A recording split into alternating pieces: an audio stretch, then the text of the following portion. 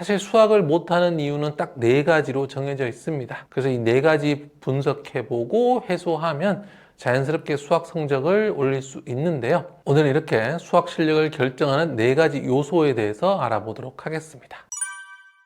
네, 안녕하세요. 콩나물맘 여러분, 콩나물쌤 전병규입니다. 아이들이 가장 큰 어려움을 겪는 과목 바로 수학입니다. 물론 국어, 영어, 사회, 과학 등 나머지 과목도 나름의 어려움이 있는데요. 수학은 다른 과목보다 훨씬 더 실력의 부족이 표면적으로 확연히 드러나기 때문입니다. 그래서 아이들이 학습에 부담을 느끼고 공부에 자신감을 잃게 만드는 가장 중요한 이유가 수학에 있습니다. 수학에서 어려움을 느끼면서 학습에 관심이 떨어지고 이것이 다른 과목에까지 영향을 미치는 일이 일어나고 있기 때문이죠.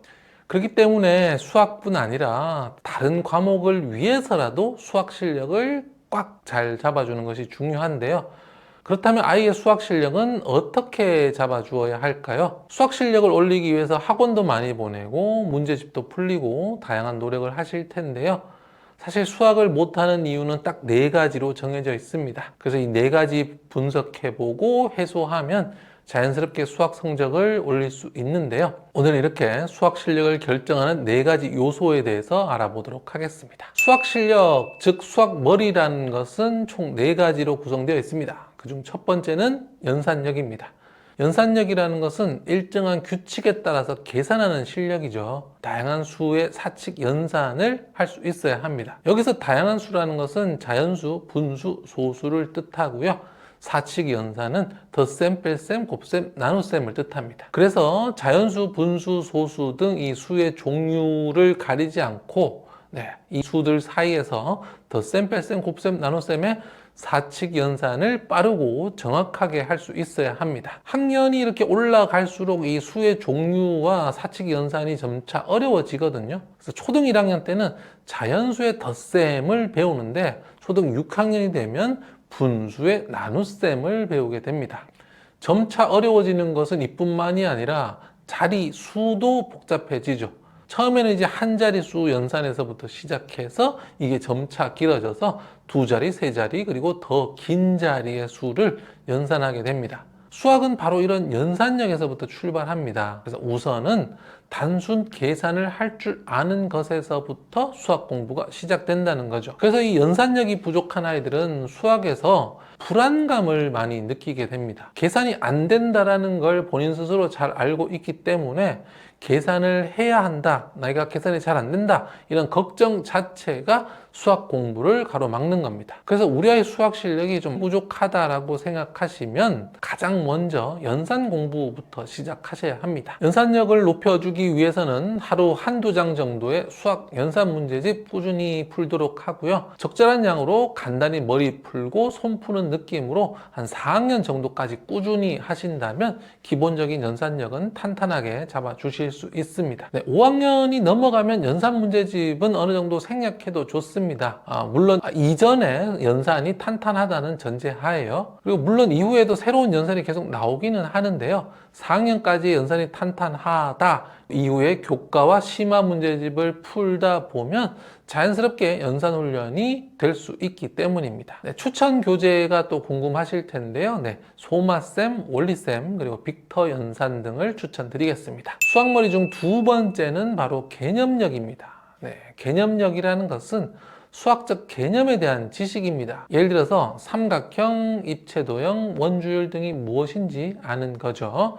이뿐 아니라 수학적 원리 그리고 공식 아는 것도 개념력에 포함이 됩니다. 예를 들어서 삼각형의 넓이 구하는 공식은 밑변 곱하기 높이 나누기 2다 이런 거, 그리고 등식의 양변에 같은 수를 더해도 등식은 그대로 성립한다, 이런 것들 아는 것 다 개념력이라고 볼 수 있습니다. 수학 문제를 해결하기 위해서는 이 개념력이 있어야 하는데요. 삼각형, 기역, 니은, 디귿과 삼각형 리을 미음 비읍의 넓이의 차를 구하라 라는 문제가 있다고 보죠. 이렇게 단순한 문제를 푸는 데 있어서도 알아야 하는 개념이 많습니다. 먼저 삼각형이 뭔지 알아야 되겠죠. 그리고 삼각형 기역, 니은, 디귿 하면은 무엇을 뜻하는지 또 알아야 됩니다. 그 다음에 넓이가 뭔지, 그리고 삼각형의 넓이는 어떻게 구하는지, 그리고 차라는 것이 무엇인지, 그리고 차는 어떻게 구할 수 있는지까지, 네, 이렇게 짧은 한 문장의 문제를 푸는데도요 알아야 하는 개념이 무려 6개가 나옵니다. 이 중에 하나의 개념만 제대로 알지 못한다고 해도 이 문제는 좀 풀 수가 없게 되는 거죠. 그런데 아이들이 이 개념을 무척 등한시합니다. 수학을 단순히 계산하는 과목으로 생각하고 있기 때문인데요.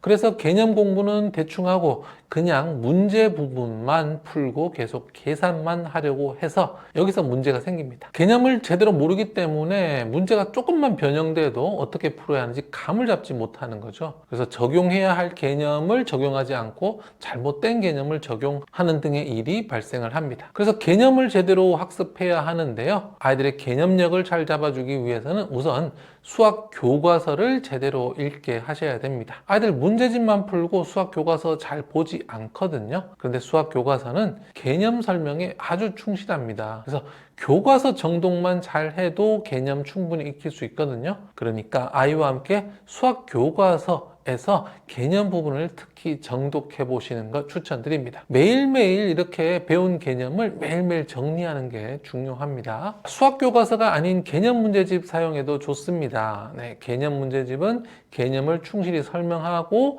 개념 이해에 도움이 되는 문제들을 중심으로 구성된 교재인데요. 예를 들어서 디딤돌 원리, 개념센, 그리고 비상교육, 개념 더하기 유형 라이트, 그리고 천재교육, 수학 리더 개념 등이 있습니다. 자, 수학머리 세 번째는 바로 수학적 문해력입니다. 수학 문제에는 단순 계산 문제도 있지만 문장제 문제도 있죠. 이렇게 중요한 문장제 문제를 읽고 문제에서 요구하는 것을 파악할 수 있는 힘을 수학적 문해력이라고 합니다. 수학적 문해력은요, 저학년, 중학년 때는 크게 눈에 띄지 않습니다. 이때는 수학적 문해력이 낮아도 부모님이나 선생님이 파악하기가 쉽지 않다는 겁니다. 네, 문장제 문제가 많지도 않고요. 있더라도 문장이 단순해서 그렇게 어렵지 않기 때문입니다. 그런데 고학년이 되고 중학교에 가고 고등학교에 진학을 하면 수학적 문해력이 점차 문제가 되기 시작합니다. 문장제 문제의 비중이 높아지기도 하고요. 이 문장 자체가 어려워져서 이해하는 것이 쉽지 않기 때문입니다. 그래서 미처 수학적 문해력의 중요성을 챙기지 못하고 놓치는 경우가 많은데요. 또 수학 실력이 낮을 때도 수학적 문해력이 크게 티가 나지 않습니다. 수학적 문해력 이전에 연산력이나 개념력이 부족하기 때문에 이 문제가 수학적 문해력이 부족해서 못 푸는 건지, 연산을 못해서 못 푸는 건지, 개념을 몰라서 못 푸는 건지 파악을 못할 수 있기 때문입니다. 그러면 수학적 문해력은 언제부터 문제가 되기 시작하느냐? 자, 첫 번째, 중위권이 상위권이 되려고 할 때 문제가 됩니다. 왜냐하면 단순 계산 문제는 이렇게 배점도 낮고 쉬운 반면에 문장제 문제가 배점도 높고 상대적으로 어렵거든요.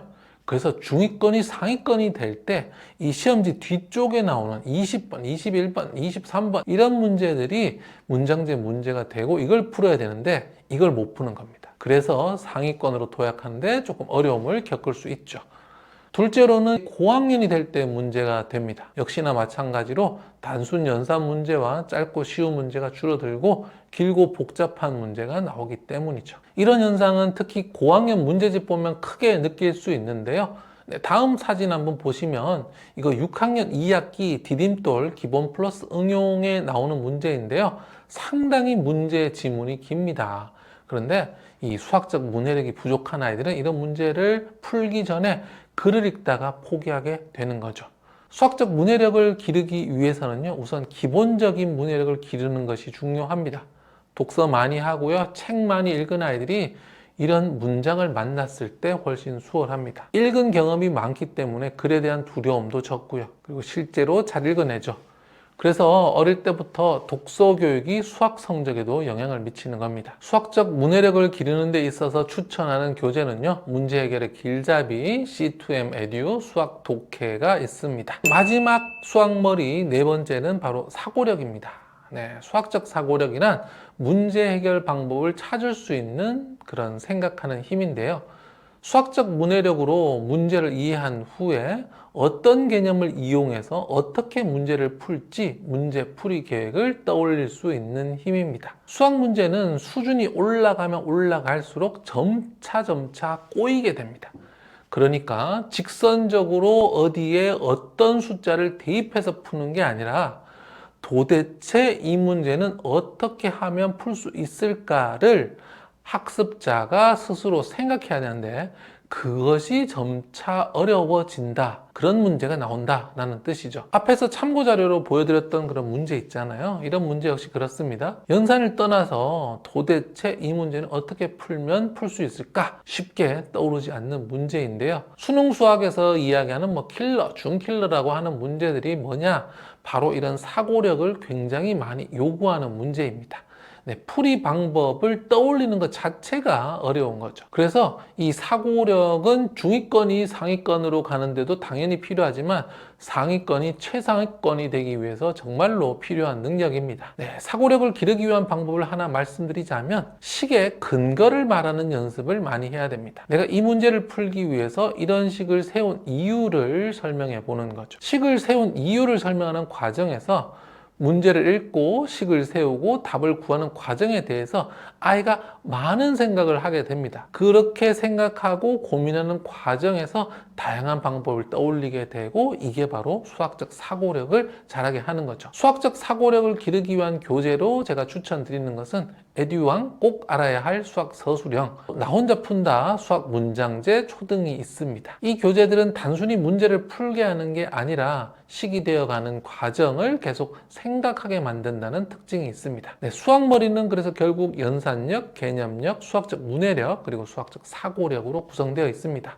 이 네 가지 힘을 모두 갖추면 사실 아무리 어려운 수학 문제라도 풀 수밖에 없습니다. 네, 아이들이 수학을 어려워하고 힘들어하는 이유는 결국 이 수학머리의 네 가지 요소 중에 반드시 하나 이상이 부족하기 때문인데요. 아이가 못 푸는 문제가 있다면 한번 살펴보세요. 그리고 생각합니다. 이 문제를 이해했는가? 필요한 개념을 떠올릴 수 있는가? 떠올린 개념에 대한 이해가 정확한가? 그리고 계산을 정확하게 했는가? 이런 식으로 확인해 보면 아이의 수학머리에서 어떤 부분이 부족했는지 알 수 있거든요. 그러면 거기에 따라서 알맞은 공부 방법과 교재를 이용해서 가르치신다면 아이의 수학 실력 올리기가 전혀 어렵지 않아질 겁니다. 저는 계속해서 좋은 교육 정보로 돌아오겠습니다. 감사합니다. 콩나물쌤이었습니다.